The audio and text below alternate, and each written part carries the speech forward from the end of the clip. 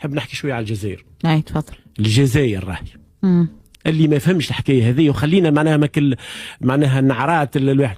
الجزائر راهي الجزائر معناها فهمني هي المنطقه اللي فيها لي باسان فيرسون تاع الوديان التونسيه الكل. مش ما تنساش الناس. راهي الجزائر عندما معناها فهمني صارت لنا مشاكل كبرى، وصلنا لتونس معناها فهمني الى حاله صعبه لابعد الحدود، وبقينا الجزائر.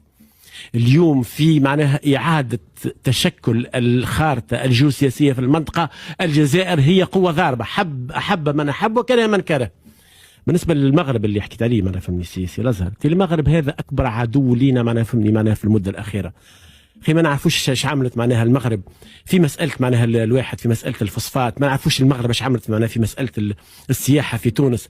هذه دولة معناها تآمرت علينا فهمني، وتحب تلوج معناها فهمني اي مشكله معناها فهمني. المغرب تتآمر ضد تونس اليوم من قبل تتآمر مع الواحد. مع شكون تتآمر؟ حتى مع الصهاينه.